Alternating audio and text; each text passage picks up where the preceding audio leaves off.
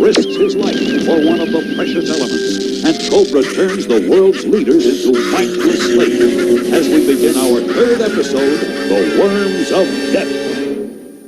Hello and welcome to the third episode of G.I. Joe Breakdowns. We're looking at the mini-series from 1983 of G.I. Joe, A Real American Hero. And this one is titled The Mass Device Part 3, Worms of Death. I'm John, and it's time to dig into this classic episode. Hang on to head here, guys. We're going where few have gone, and fewer still have ever returned. In this episode, a glowing Snake Eyes saves a wolf.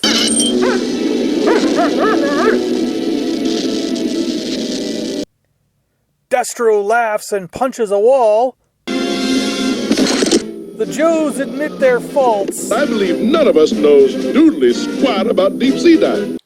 Duke uses Cerebro. Hey, we're here! All right, let's get topside.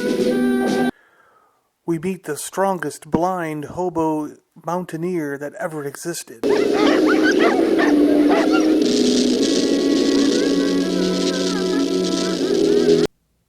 And, yeah, this happens.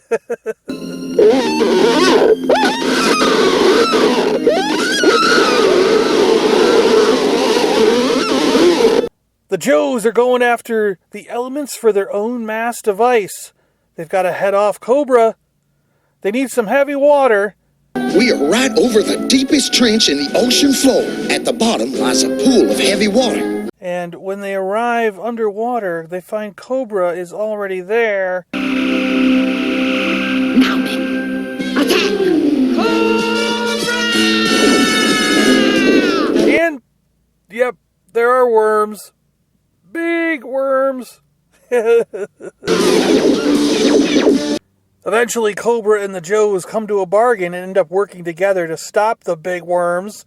And they're going to split the heavy water. Preposterous! Collaboration with the enemy is out of the question. Second thought. But of course, Cobra backs out on the plan. Thank you for a successful but extremely temporary partnership, Duke. Now, give us your heavy water as well. Meanwhile, a radioactive Snake Eyes escapes the tunnel where we left him for dead, and he takes a canister of crystals and goes on his way. Look! There was someone alive in there! Hold your fire! Poor devil! He's a walking time bomb. With Timber at his side, he fights off a bear. Even though I cannot see.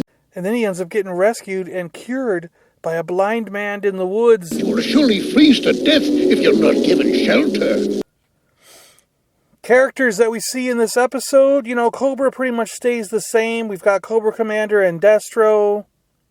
Egotistical peacock. Doesn't he realize our supply of catalytic elements is too low to activate his wild threats? Got the Baroness, of course. G.I. Joe failed to get the red crystals. We have failed as well, my dear Baroness.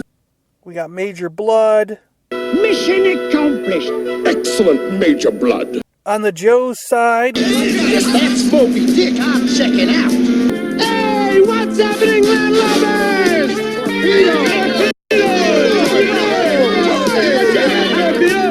we got Duke, Scarlet, and Doc. They're all back. There is a picture there, Duke. Look at it. Describe it. Snake Eyes, of course, and CoverGirl. I heard a relay alarm kick in.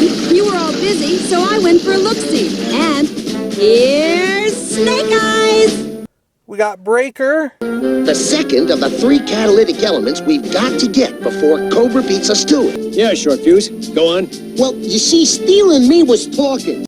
And then this episode we're introduced... Well, we got Steeler and Short Fuse doing their thing. And then we're introduced to Clutch. I'm not sure if we've... I don't think we've seen Clutch. We may have seen Clutch in the background. But now he has some speaking lines, It's a killer satellite. It's all mounted in a portable launch gantry and everything. And of course, this is the first time where we meet Timber, The wolf. Your loyal wolf friend here, he needs a name. How about Timber? Some vehicles of note. There's not a lot of vehicles in this that actually got turned into toys, but there's some that look mighty similar. Like these are I think by the time they got to the 1985 series, they nailed down the design of these and then they became toys. But we've kind of got the shark, but it's not really the shark. Good luck and happy hunting. Okay, straighten up your formation. And we got the Cobra Hydra sled, but it's not really the Hydra sled, you know?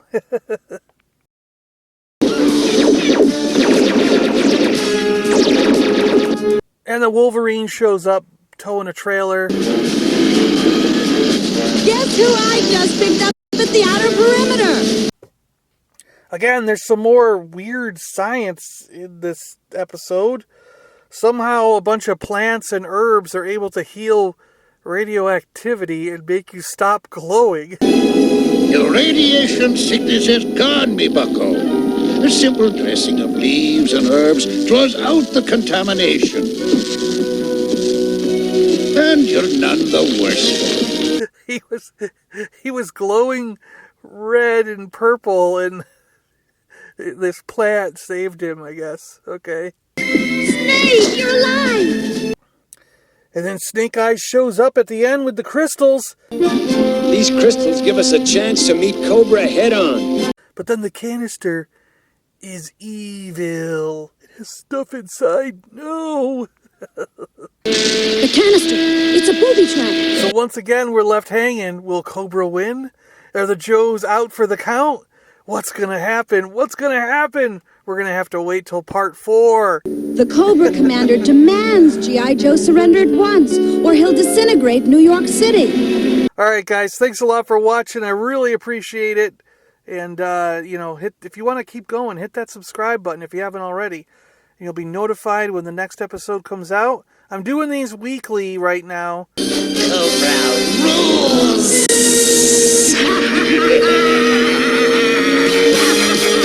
I did pull a couple of good lines out, keeping with that tradition. I don't know if you call it a tradition if it's only 3 episodes long. But here's a couple of good lines that I pulled out. They're still not as funny as that very first one, but these will do. We'll see. Yeah, let me know what you think. All right, yeah. Leave a comment below. Thanks, guys. We'll talk to you later. Bye.